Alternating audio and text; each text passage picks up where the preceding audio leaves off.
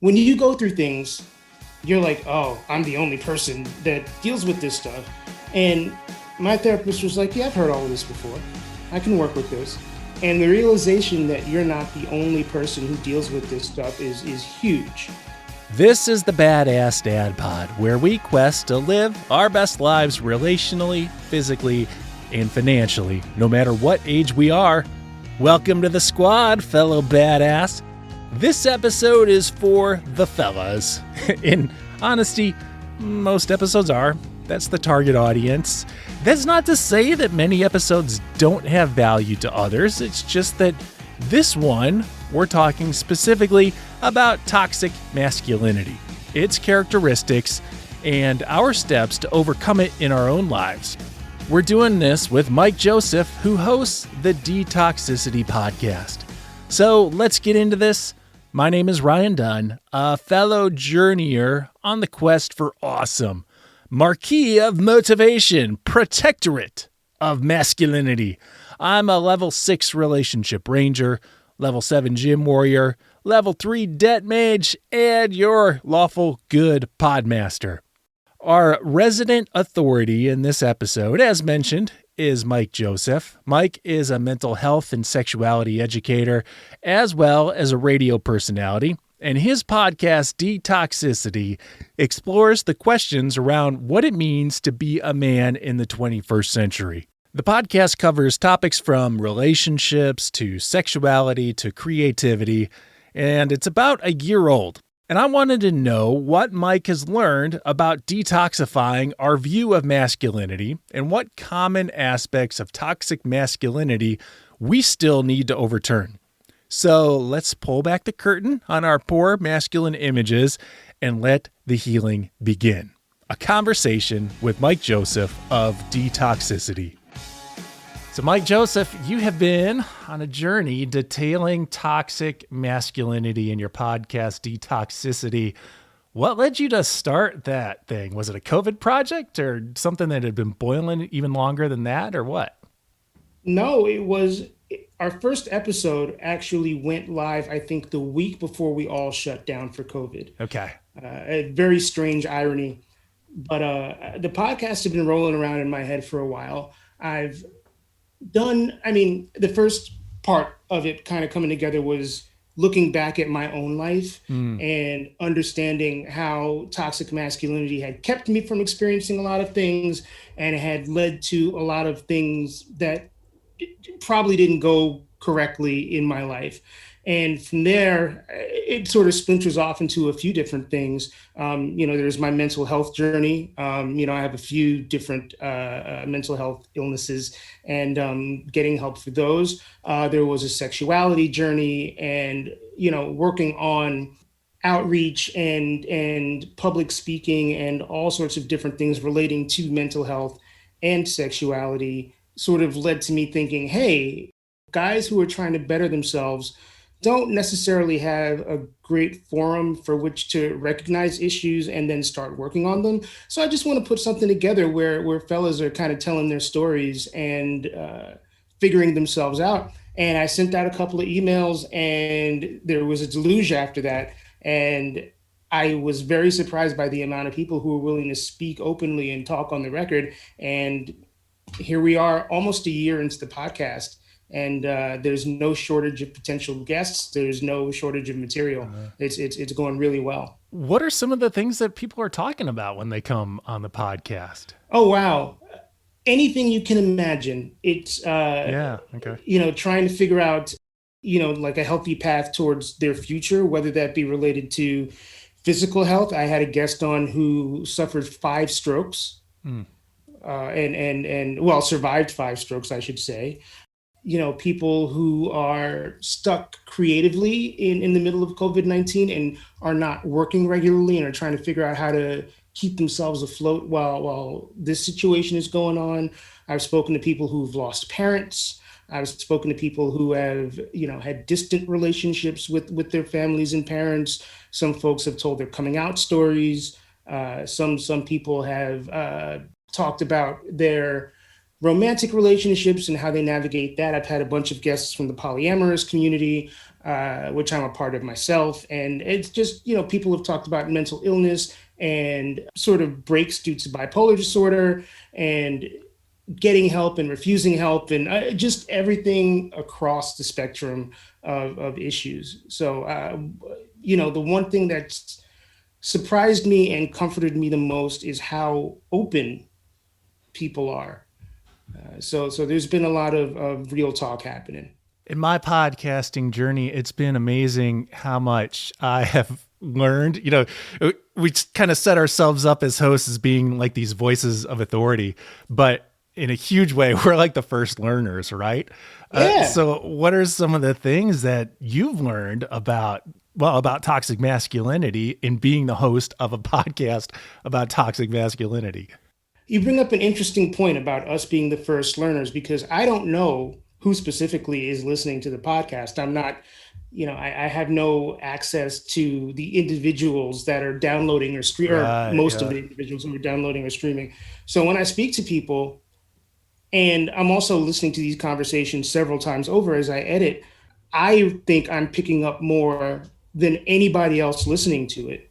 It's a combination of learning stuff and confirming stuff that was already in my head that I was working on. I think I've just been able to empathize more with people who grew up in a different experience culturally than mine, with people who have had to go through different levels of hardship. It's just given me a broader base for which to feel things and to empathize with the situations other people go through. I'm not bipolar. I've never had a bipolar episode.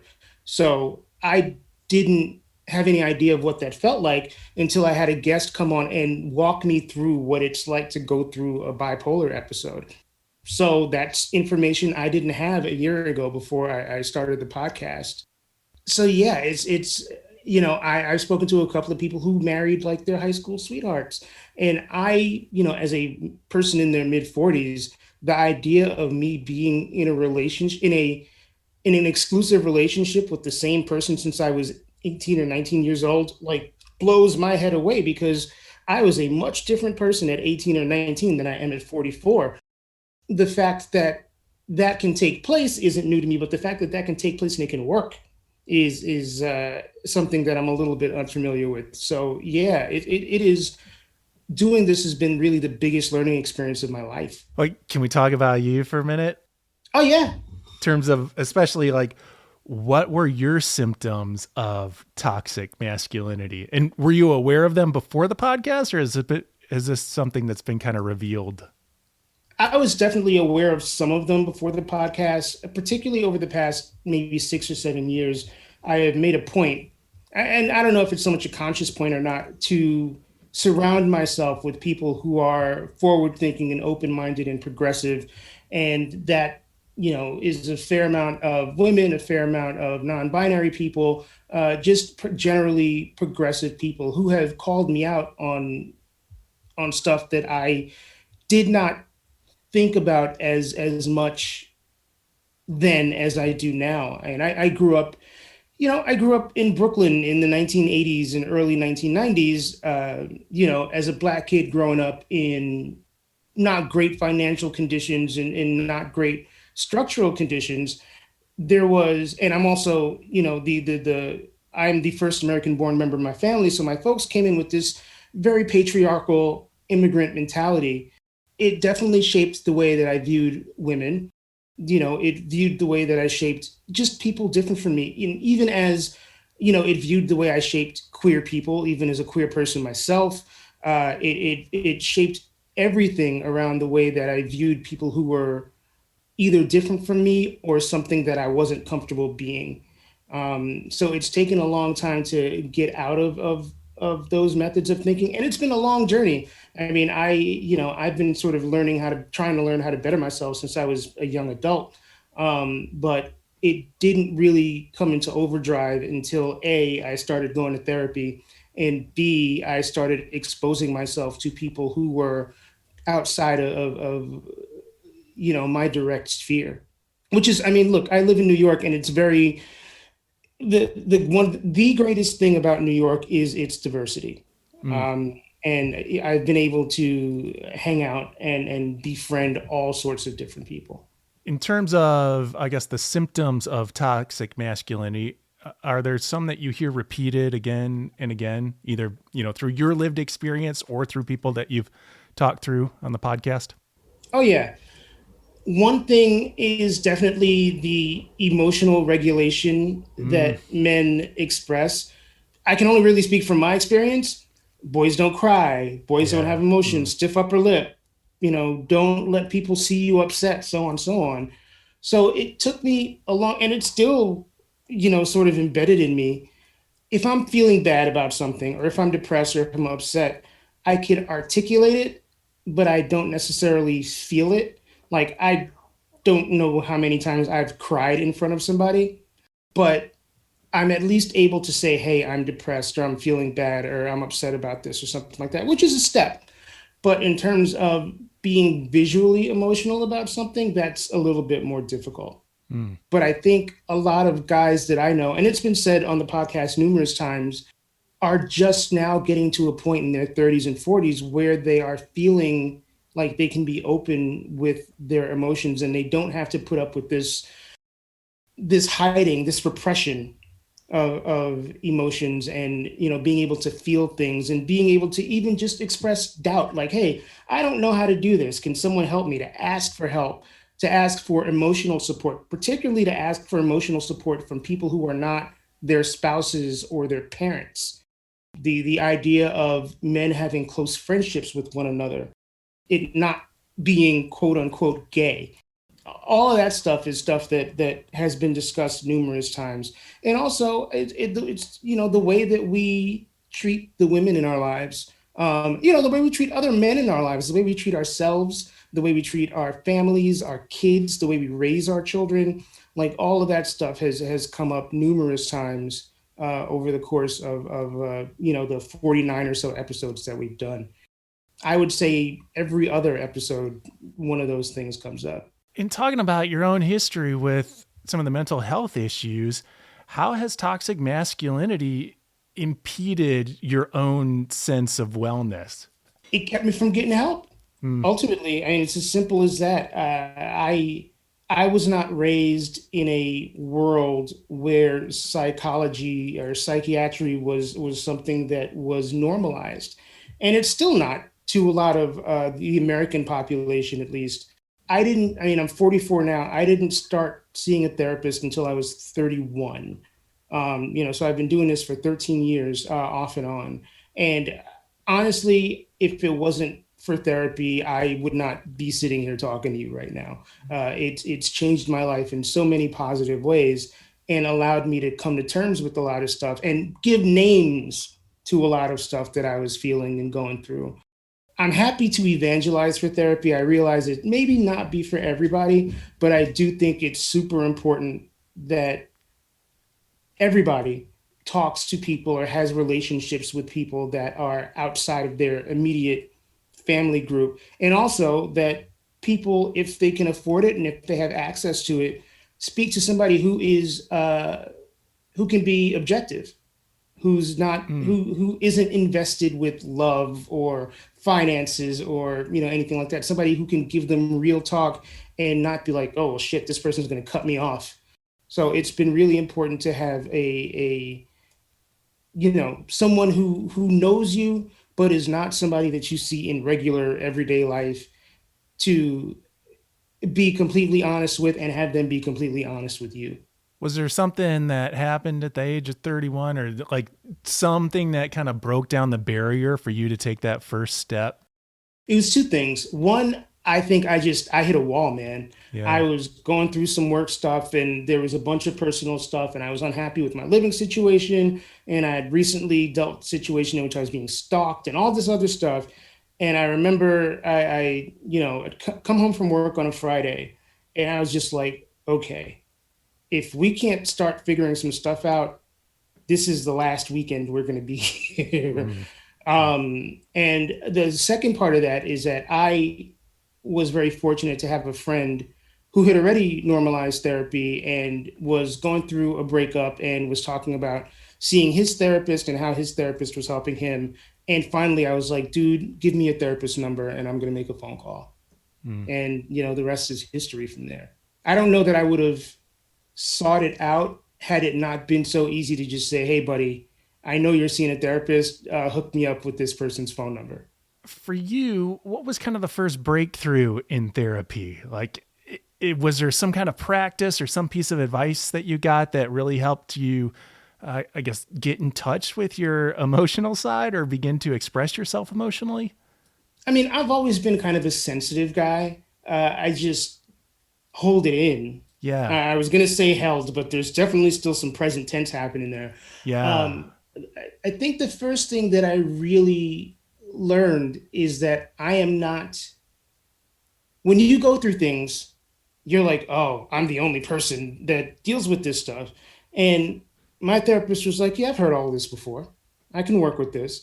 And the realization that you're not the only person who deals with this stuff is huge. And I do a lot of public speaking about mental health. I go to schools. I do it at my job. I work with a fair amount of mental health charities. And people just need the freedom to acknowledge it and say these things so that they don't feel like they're the only freak. And I don't mean that in a negative space. That they're not the only. That's the internal word that we might use for ourselves, right? Yeah. Right. We feel out of place. Yeah. Yeah. It's like, am I the only person who's this depressed? Am I the only person who has panic attacks? Am I the only person who is unhappy after being married for 20 years and not having a regular sex life? Like all this stuff. Am I bringing all of the baggage from my childhood into my adulthood? How am I dealing with all this? And then you realize that everybody's dealing with very similar things. Obviously your life experience is unique to you, but if you kind of break it down to universal points, you will realize that more people than not are dealing with something.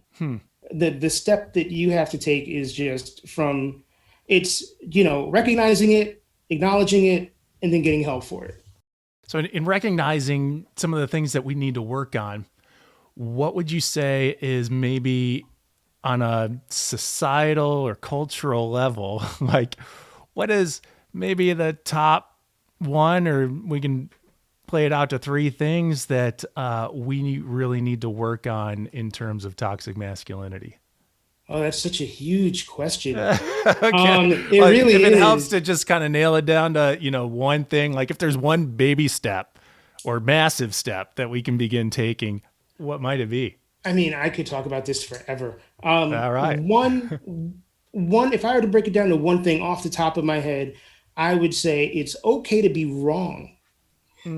Most of the type A, like super masculine dudes that I know are very, there's the I'm right and you can't prove me wrong, very like aggressive kind of personality, just in general, whether you're talking to somebody or it's a very type A, take charge, I'm always right personality. Yeah, there's like a need to dominate there. Yes, very domineering type of person. That's it. That's the word, dominating. And sometimes it's okay to be wrong. It's okay to admit you don't know something. It's okay to admit that someone else might know something that you don't. And it's okay to let somebody else take the lead. And it's okay to articulate all of that. Like, here's a funny story. I moved from Boston to New York about 5 years ago, and my buddy Alan helped me. I am a really bad driver. I suffer from pretty severe anxiety, and my anxiety gets really bad when I'm behind the wheel of a car. Never mind a moving truck. Yeah. So, and you live in New York, which I can't imagine. Like, we all become anxious drivers in New York. But so my buddy Alan, who was a bus driver for a living, I gave him some money, and he drove the truck with me in it from Boston to New York. And we were in the middle of a drive, and he's like, "Oh, we need gas." He's like, "I'm driving, so you're gonna have to pump the gas." And it took me a couple of minutes, and I was like, "You know what, dude? I've never actually pumped gas before. I'm 39 years old, and I've never put gas into a car before." I mean, and after he looked at me like I had 7 heads, he showed me how to pump gas. And I just there was no way that I was going to be able to get out of that. I could have like acted like I knew how to pump gas and probably blown the truck up. But I didn't want to do that because it had a person that I care about and all of my stuff in it. So I was like, dude, how do you pump gas? And he walked me through it, and now I know how to pump gas. So but it was the step of me saying, hey, I don't know how to do this.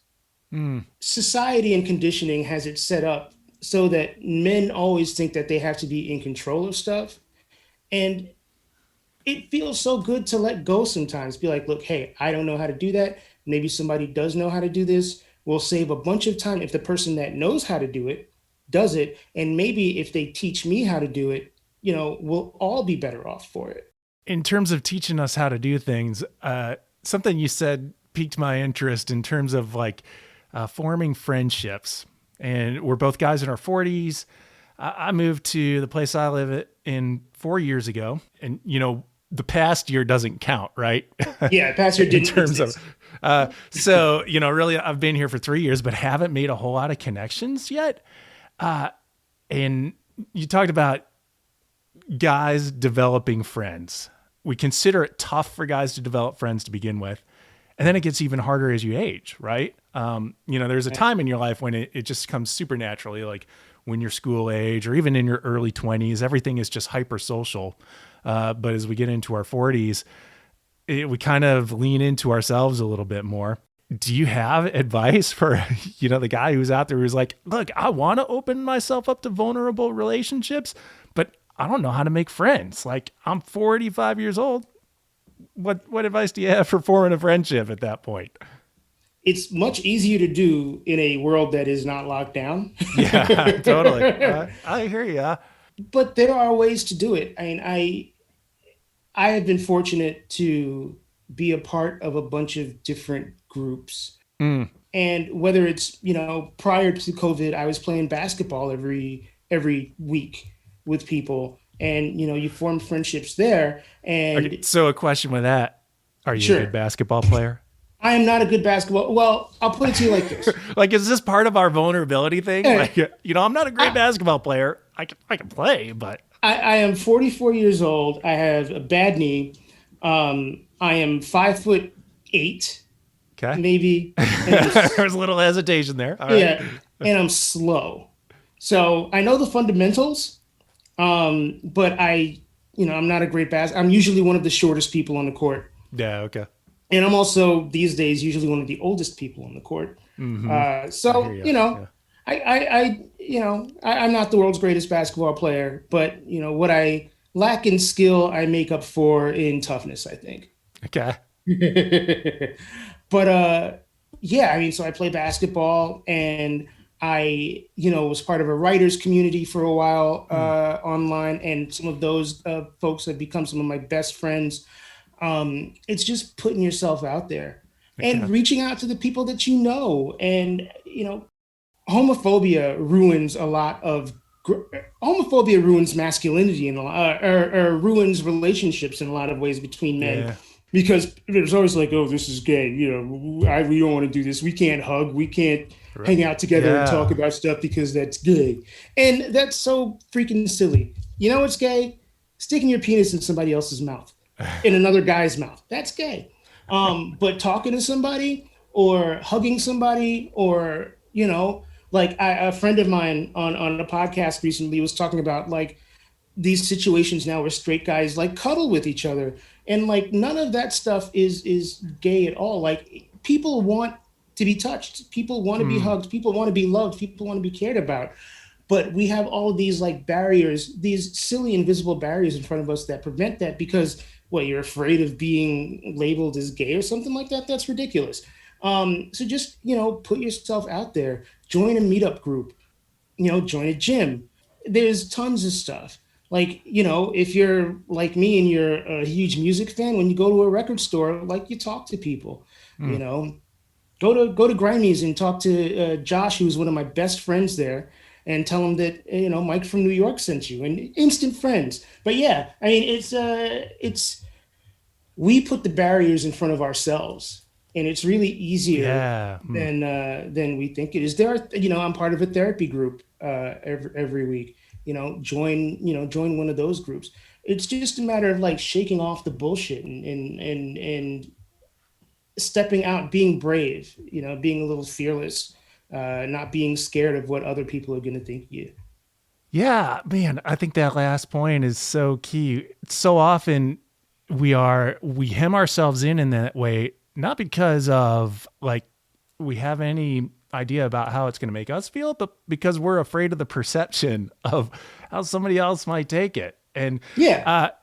To me, that is so counter to what we lay out there as being masculine, right? I mean, this uber masculine thought would be like, well, I just don't give a damn what anybody else thinks. To hell with them all. Right. And yet, like, we put all these rules around ourselves about, what we can do to be masculine. Wouldn't the most masculine thing actually be if I need to open up vulnerability with somebody to actually go and do that instead of being like, well, I gotta push that shit down because, I don't know how they're going to react. Yeah. I mean, one thing I'm a big proponent of, and this, as you age, this kind of comes more and more into play, is the finite nature of time. We don't get forever. We are not invincible. Particularly like I was thinking last year, again, being 43, 44 years old, when Kobe Bryant and Chadwick Boseman passed away, like, two gentlemen in my age range, maybe a year or two younger than me. And it's just like, we don't get forever. And I also am a big proponent of not regretting things. I don't want to be 75 years old or 85 years old on my deathbed, ruminating over everything I had the capacity to do or could have done, but didn't. And I don't want to be like a lonely 75-year-old or anything like that. I don't have a partner right now. I don't know if I'll have a partner then. I don't know if in between I'll have a partner and they'll predecease me or something like that. Relationships are super important. And I don't want to get to a point where, and this is going to sound very blunt, but when I'm like 82 years old and all my friends are dead and I'm like, oh, well, what could have been? Like, do it now. Like, step out of yourself now. Like, be brave now. And just be mindful of the finite nature of time. Like, we don't get all the time in the world to do the things that we want to do. So whether it's getting therapy or dating or going someplace to meet friends or reaching out to, maybe you've got a buddy from college or high school that you have like a casual relationship with, and just like, hey, dude, we haven't had like a real talk in a long time. Let's talk about something that's going on. Like, do it now or soon, because you don't know when it's going to be too late. In a way, podcasting, maybe you've had this experience. It's happened for me, but podcasting has kind of given that platform to open up in a vulnerable kind of way.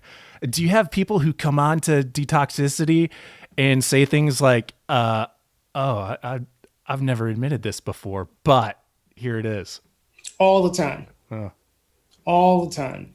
And it's great for me. I mean, it's an ego boost because I'm happy to create an environment in which people feel comfortable enough to open up about themselves. I think people want to be loved for who they are fully.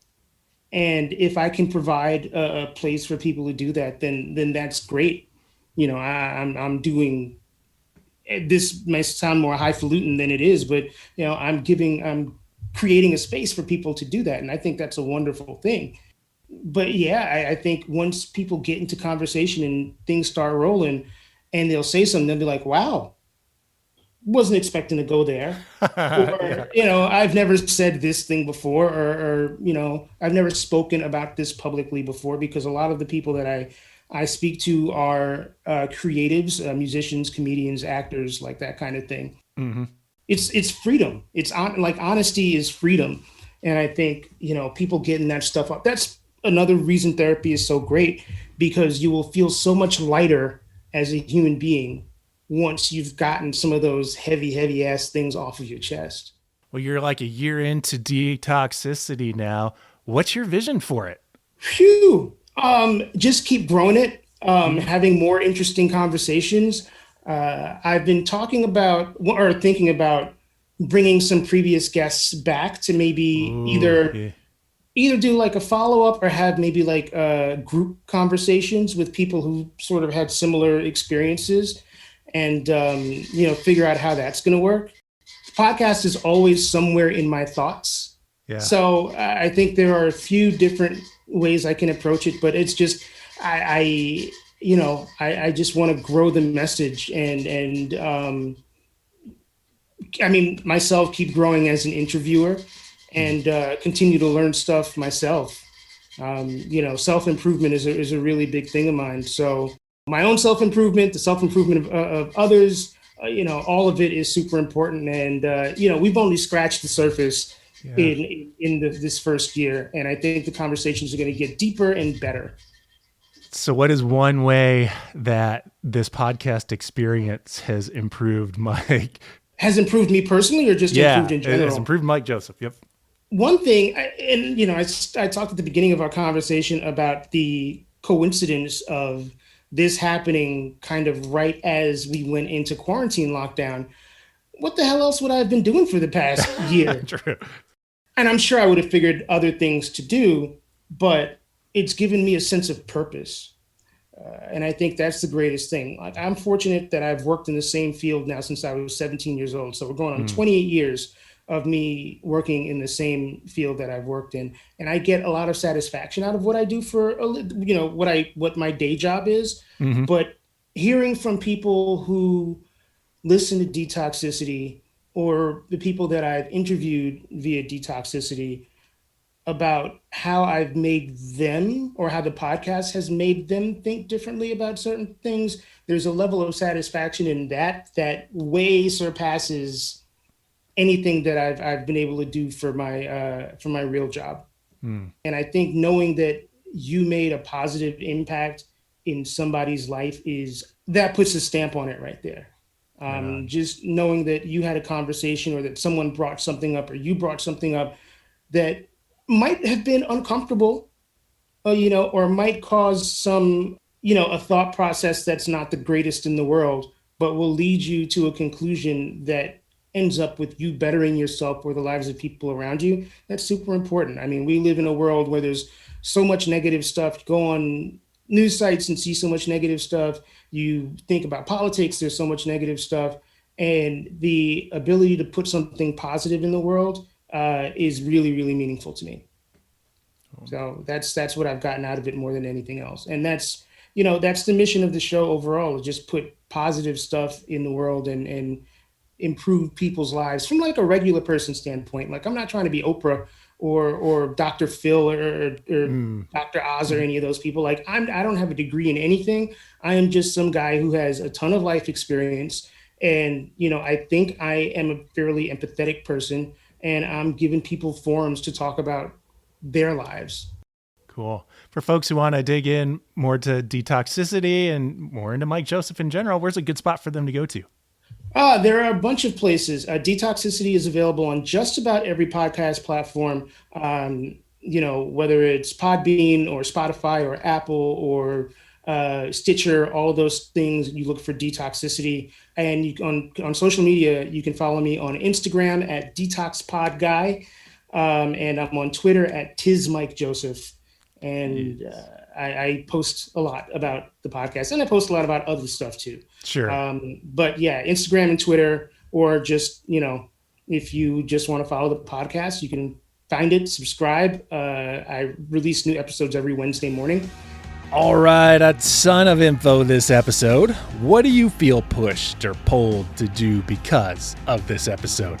I feel pushed to set myself out there a bit in terms of making some friends, as difficult as it is right now. If you learned something, show your appreciation by hitting the subscribe button to this podcast, the Badass Dad Pod. You can find more information and links to Mike Joseph and Detoxicity, as well as other Bad Pod authorities at thebadpod.com. Short episode next week, then another long former in 2 weeks' time. I'm enjoying this rhythm. Got it down. I hope it's working for you too. Music here is by I.O. Ellen. I'm Ryan Dunn. Thanks for being awesome. Okay, bye.